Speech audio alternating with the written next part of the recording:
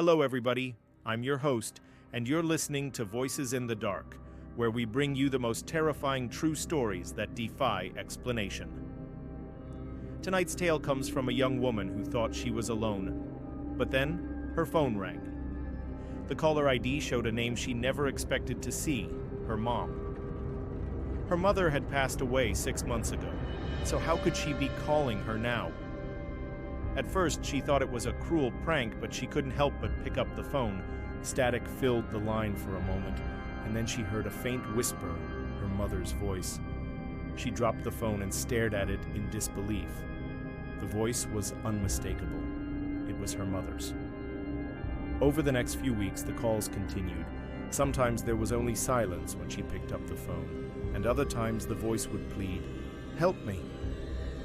With each call, Sarah became more terrified. She didn't know what to do. She knew it was her mother's voice, but how could this be possible? Had she lost her mind, or was there something else at play here? As the days went by, Sarah found herself constantly looking at her phone, waiting for it to ring. She didn't want to answer the calls, but she also couldn't bring herself to block her mother's number. She felt like she was being watched, like some malevolent entity was using her mother's voice to torment her.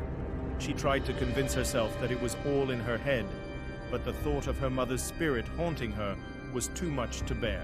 Desperate for answers, she finally reached out to the phone company, and they told her that the calls were indeed coming from her mother's old number, but the account had been deactivated months ago.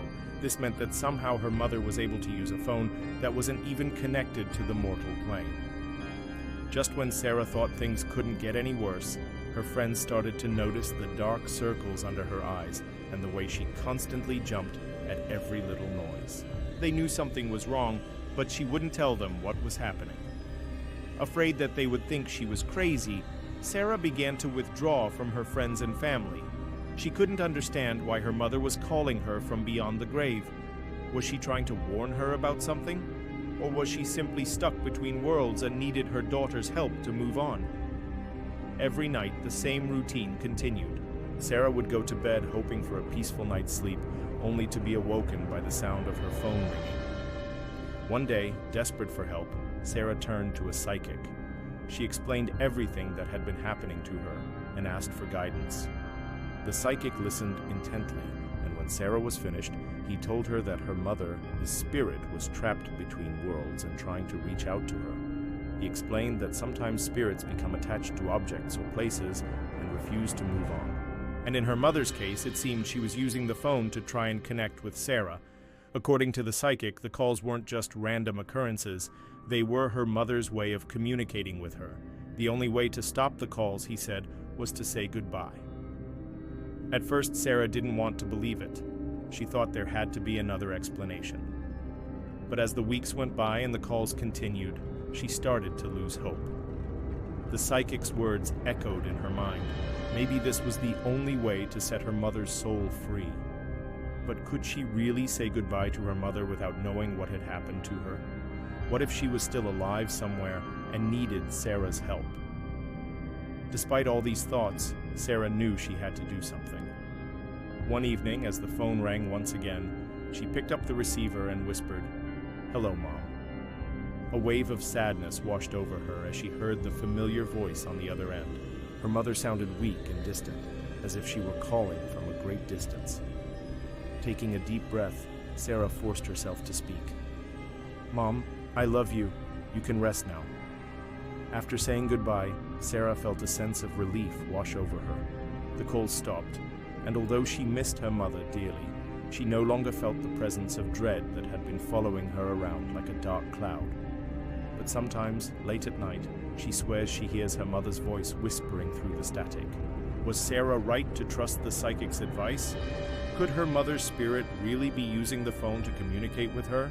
Or was there something else at play here? Some believe that when someone dies, their spirit doesn't move on right away and can become trapped in the physical world. This can happen when the spirit has unfinished business or is unable to accept their fate. In such cases, the spirit may try to contact their loved ones through various means, such as moving objects, shaking beds, or even manipulating electronic devices like phones. These experiences have been reported countless times, leaving many to wonder whether there is any truth to the paranormal claims. Some paranormal experts believe that spirits can manipulate electronics because they are made up of electromagnetic energy. When a spirit tries to contact someone, it may attempt to use the electromagnetic energy in phones or other devices to get their attention. This is often seen in cases where a person is trying to communicate with a loved one who has passed away. However, not all phone calls from the dead are harmless. Some may be trying to warn their loved ones of danger or help them solve a mystery. For example, there have been cases where a person has received a call from a friend or family member who has died only to find out later that they were in danger. In these situations, the spirit may be trying to contact them to warn them of an impending accident or other disaster. Phone calls from the dead can be both eerie and unsettling, but they also offer a glimpse into the unknown.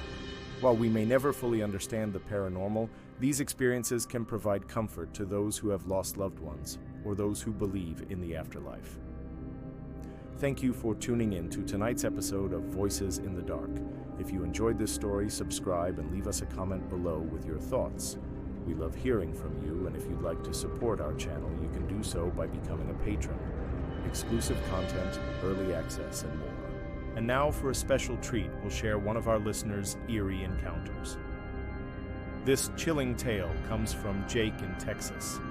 He writes, "I was home for Christmas break from college and staying in my childhood bedroom. One night, I was awoken in the middle of the night by what sounded like my dad clearing his throat.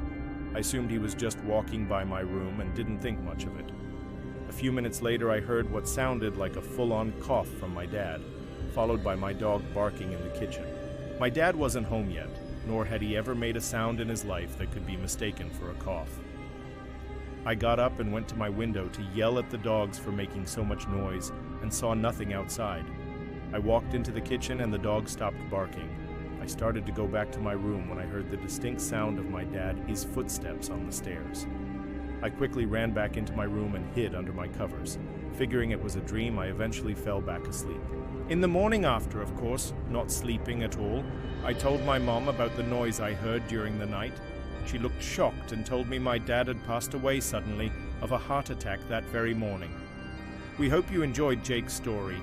If you have your own eerie encounter to share, please send it to us. Who knows, it might be featured on a future episode. And that's it for tonight's episode. If you enjoyed this terrifying tale, subscribe and leave us a comment below. Remember, some calls should never be answered. Until next time, stay safe and don't forget to lock your doors.